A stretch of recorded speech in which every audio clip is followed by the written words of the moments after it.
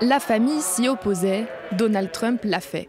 Lundi, l'administration américaine a déclassifié pas moins de 230 000 pages d'archives sur l'assassinat de Martin Luther King en 1968. Ces documents étaient restés confidentiels pendant près de 50 ans, conformément à une décision de justice prise en ce sens en 1977.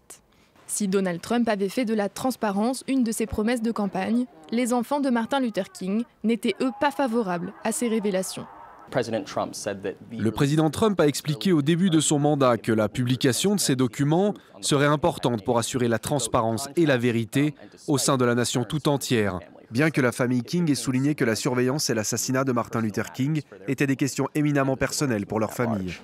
Dans ces archives déclassifiées, des entretiens menés par le FBI qui, à l'époque, orchestrait une campagne de désinformation contre le leader des droits civiques. Le fils de Martin Luther King appelle aujourd'hui à la prudence. Si nous défendons la transparence et le principe de responsabilité historique, nous nous opposons à toute attaque contre l'héritage de notre père ou à toute tentative de récupération à des fins mensongères. Nous condamnons fermement toute initiative qui aurait pour but d'utiliser ces documents à des fins malveillantes dans le but de saper l'héritage de notre père et les réalisations significatives du mouvement pour les droits civiques.